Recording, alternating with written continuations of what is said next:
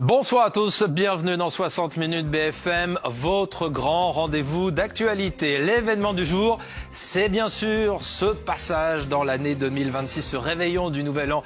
Ce soir, édition spéciale à suivre sur BFM TV à partir de 19h30. Dans une heure, tout juste à 20h, bien sûr, les vœux du président de la République à suivre en direct sur BFM TV. Soirée à haut risque également sur le plan de la sécurité. 90 000 policiers et gendarmes déployés partout en France. Vous l'avez entendu, le ministre de l'Intérieur prévient, aucun débordement ne sera toléré. Mais avant cela, nous évoquerons les déclarations choc d'un autre président. Nous croyons en notre victoire. C'est l'avertissement lancé par Vladimir Poutine. La Russie qui déploie un nouveau dispositif de missiles supersoniques à capacité nucléaire. La situation est plus incertaine que jamais. L'invité du soir, ce sera le secrétaire particulier de Brigitte Bardot. Il a travaillé avec elle pendant 37 ans et jamais il n'avait pris la parole. Eh bien, en exclusivité, il s'est confié à Steven Bellery. Vous l'entendrez dans quelques minutes. Et puis à partir de demain, les anciens premiers ministres au régime sec, terminé les chauffeurs, les véhicules à vie, terminé aussi les officiers de sécurité à vie. Alors, est-ce que c'est une décision logique ou totalement démago? Ce sera notre débat du jour, notre débat du soir. 60 minutes BFM, c'est parti.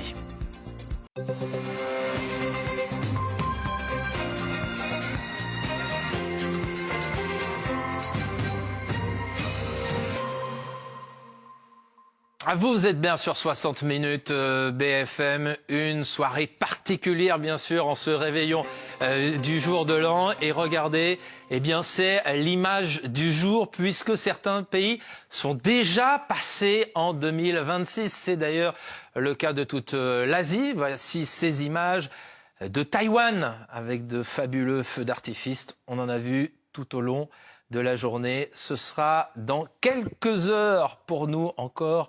5 heures à patienter, 5 heures en 2025, soirée spéciale tout à l'heure, édition spéciale à partir de 19h30. Mais d'abord, nous allons nous pencher justement sur les vœux d'un autre président. Il s'agit de Vladimir Poutine. Vladimir Poutine qui a prononcé des vœux. Thierry Arnaud, éditorialiste international BFM TV. Bonsoir, merci d'être avec nous.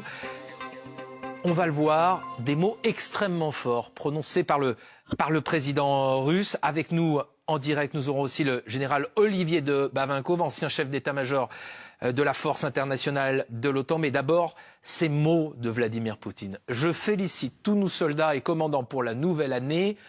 Nous croyons en vous et en notre victoire. Comment vous décryptez cette déclaration? La paix semble très loin. S'il fallait la résumer en 2 mots, on pourrait dire la force tranquille. C'est ça qu'a voulu incarner le président russe aujourd'hui. Il considère que les choses avancent comme il le souhaite. En tout cas, c'est le message qu'il a voulu faire passer aux Russes, à la fois sur le plan militaire, puisque de son point de vue, la Russie continue de gagner du terrain, de grignoter du terrain, d'avancer, de prendre l'avantage, notamment dans le Donbass. Il est assez confiant aussi et les faits lui donnent plutôt raison jusqu'à présent dans sa capacité à avancer sur le terrain des négociations. Il a l'oreille du président Trump. Il sait que le président Trump l'écoute, le croit. Du coup, il a de bonnes raisons de penser qu'il finira par convaincre le président américain de pousser, de contraindre l'Ukraine à accepter une forme de capitulation. Donc pour toutes ces raisons, c'est ce message de confiance qu'il a voulu délivrer à l'occasion de la présentation de ses vœux. Et on va voir qu'il n'y a pas que ce seul avertissement aujourd'hui, parce qu'on le disait, il y a un nouveau déploiement de missiles hypersoniques déployés en Biélorussie à capacité nucléaire. C'est ce qui est d'autant plus inquiétant. On va le voir aussi, Moscou qui semble avoir mis en avant des preuves de la supposée attaque de Kiev contre les résidences, effectivement la résidence de Vladimir Poutine en Russie. Mais d'abord avec nous, Daniel Cohen-Bendit. Lui pense qu'il ne faut surtout pas prendre à la légère les déclarations de Vladimir Poutine, dont on se demande parfois si elles sont sans lendemain ou pas. Bonjour Daniel Cohen-Bendit, bonsoir, merci d'être avec nous. Pourquoi est-ce que vous lancez ce soir sur BFM TV cette mise en garde aux dirigeants français, aux dirigeants européens et aux dirigeants du monde entier? Parce que nous voyons depuis l'attaque, l'intervention russe en Ukraine, Poutine a une stratégie, il veut déstabiliser l'Ukraine. Poutine veut en fait liquider c'est bien le mot, il a même essayé militairement le pouvoir à Kiev, c'est-à-dire liquider Zelensky. Et donc, quand il dit « je crois en notre victoire », il croit qu'il va arriver non seulement à grignoter dans le Donbass, mais à renverser le pouvoir en Ukraine. Et je crois qu'il faut prendre cela au sérieux. D'autant plus que ce nouveau pacte, si vous voulez, terrifiant, Trump-Poutine, affaiblit énormément l'Ukraine et les Européens maintenant sont devant leurs responsabilités où ils laissent en fait la place à Trump et à Poutine. Cela veut dire que demain, l'Europe sera impuissante face à toutes les velléités les plus folles de Poutine, car Poutine ne s'arrêtera pas à l'Ukraine. Ça, il faut le comprendre, il ne faut pas prendre cela à la légère. Et donc, je crois qu'aujourd'hui, c'est où l'Europe réagit et que les Européens comprennent qu'ils sont aussi en danger, de la Lituanie, les pays baltes, etc., jusque la Roumanie, je ne sais où. Et donc voilà, Poutine est un agresseur et il faut traiter les agresseurs, les prendre au sérieux parce qu'ils aiment l'agressivité. Général Olivier de Bavinkov, ancien chef d'état-major de la force internationale, est-ce que Daniel Cohn-Bendit a raison quand il alerte, vous l'avez entendu à l'instant sur BFM TV, les dirigeants français, les dirigeants européens, les dirigeants mondiaux, il faut prendre Vladimir Poutine au sérieux? Oui, il a raison, bien sûr. C'est une parole de sagesse. Nous nous croyons tous très supérieurs aux autres. Nous avons tort. Nous devrions lire, écouter, étudier beaucoup plus sérieusement ce que dit le président Poutine avec une remarquable constance depuis près de 20 ans. 2008 pour ceux qui sont des experts, mais en fait dès 2005, on voyait des propos percés et ces propos étaient des propos inquiétants. L'intérêt de la situation dans laquelle nous sommes, c'est que d'une certaine façon, l'Europe s'est réveillée.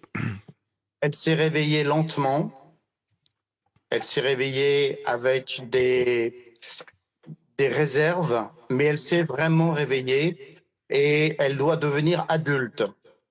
Le problème de l'Europe aujourd'hui, c'est qu'elle s'est reposée sur un système d'alliance qui, à l'évidence, ne garantit plus sa sécurité. Si l'Europe ne devient pas adulte très vite, alors l'Europe sera en très grand danger. Mon général, il y a un autre élément qui alerte évidemment les Européens et les dirigeants du monde entier. Ce sont ces images diffusées ces dernières heures par la Russie montrant le déploiement de son système de missiles hypersoniques Oresnik à capacité nucléaire chez son proche allié, la Biélorussie. C'est évidemment une initiative qui va renforcer la capacité de Moscou à potentiellement frapper des cibles en Europe en cas de guerre. Comment vous décryptez ce déploiement-là? J'observe que de ce point de vue que la Russie viole le traité de non-prolifération qu'elle a signé. C'est un acte grave du point de vue des règlements internationaux. La parole de la Russie était de ne pas déployer des systèmes en dehors du territoire de la Russie, sauf à considérer que la Biélorussie fait partie de la Russie, ce qui est quand même une évolution assez considérable des choses. La Russie viole de ce point de vue-là le traité qu'elle a elle-même signé. Alors, sur le déploiement de ces missiles nucléaires, je dirais que nous assistons, comme d'habitude, depuis 4 ans, à ce genre de mouvement. Il ne faut pas y attacher une importance excessive. Il ne faut pas non plus négliger cette chose-là. Mais pour le coup, ça fait partie des éléments de gesticulation régulièrement utilisés par la Russie, notamment lorsqu'elle est dans une période de grande difficulté. Et c'est le cas aujourd'hui. On oublie quand même de souligner, si vous me permettez en quelques secondes, de rappeler que nous approchons avec l'entrée dans l'année 2026 des 4 années de guerre. 4 années, effectivement. C'est-à-dire 4 années de guerre, c'est-à-dire quasiment la durée de la Première Guerre mondiale, avec des pertes pour l'Ukraine qui sont en proportion tout à fait similaires. Et pour en la Russie général, également. le déploiement effectivement de ce système de missiles Oreshnik, c'est pas la seule annonce faite aujourd'hui, Thierry, par la Russie. La Russie qui a publié une vidéo d'un drone qui aurait été utilisé par Kiev pour cibler la résidence de Vladimir Poutine. On va voir ces images. Est-ce qu'il faut y croire ou pas? Alors, telles qu'elles ont été présentées, elles ne prouvent rien du tout, ces images, puisqu'on ne sait pas où elles ont été tournées, quand elles ont été tournées. Voilà, on les voit, on les ce découvre. qu'elles montrent très précisément, si on est, comme c'est dit, effectivement, à proximité de cette immense résidence présidentielle de Valdai, qui est l'une des multiples résidences de Vladimir Poutine, c'est l'une des preuves, et vous avez raison implicitement de mettre des guillemets autour du mot, bien sûr. Il y a également les déclarations d'un officiel d'un général russe, le témoignage d'un Russe présenté comme habitant dans les environs et qui explique qu'il a entendu et vu passer des drones au-dessus de sa tête. Encore une fois, tout ça est impossible à authentifier.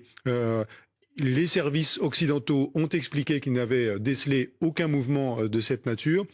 Et même l'ambassadeur des États-Unis auprès de l'OTAN, qui a été nommé par Donald Trump et qui est donc peu suspect d'antipathie vis-à-vis de cette version russe que le président Trump lui-même a reprise à son compte, a expliqué que, à ce stade, rien de clair ne prouvait que ces drones avaient été utilisés pour viser la résidence de Vladimir Poutine. Donc, est-ce qu'il existe à ce stade des preuves irréfutables? Pour répondre très simplement à votre question, Guillaume, la réponse est non. Merci beaucoup Thierry. Réponse claire et nette effectivement sur ces images avancées par les autorités russes. Tout de suite, c'est l'invité du jour. L'invité du jour, c'est le secrétaire particulier de Brigitte Bardot. Jamais il n'avait parlé depuis 1989, Steven Bellery. Jamais depuis 37 ans qu'il travaillait avec Brigitte Bardot. Bonsoir Steven Bellery, vous êtes chef du service culture de BFM TV. Et cet homme s'est confié à vous. Oui, il a décidé pour la première fois de sortir de ce silence, de cette incroyable pudeur qu'il a, alors que même Brigitte Bardot lui avait demandé à de nombreuses reprises au cours des dernières années de prendre la parole, mais il n'avait jamais voulu le faire.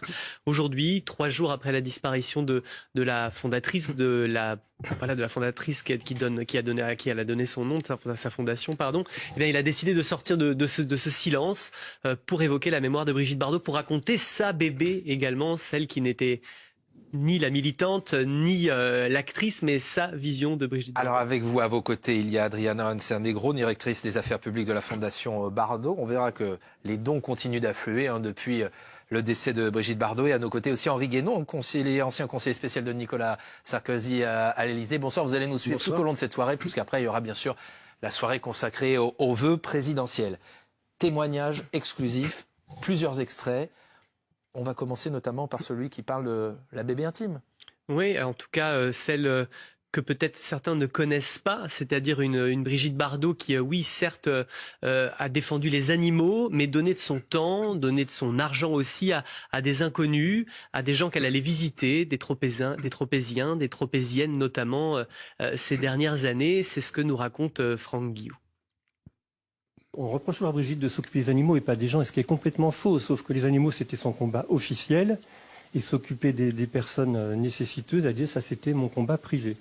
Voilà, et donc elle a aidé beaucoup de petites femmes, de petites vieilles qui n'avaient pas d'argent. Je me rappelle tous les ans, à Noël, au 1er mai, à Pâques, on allait à la maison de retraite et à l'hôpital de Saint-Tropez, avec du chocolat, des fleurs, du muguet. Elle faisait le tour de tout le monde, elle faisait des bisous à tout le monde, elle était incroyable. Incroyable. Et elle entretenait aussi beaucoup de personnes qui étaient seules, pas forcément à Saint-Tropez bien sûr, mais en France. Et elle s'occupait vraiment beaucoup, elle leur téléphonait, elle se renseignait si tout allait bien.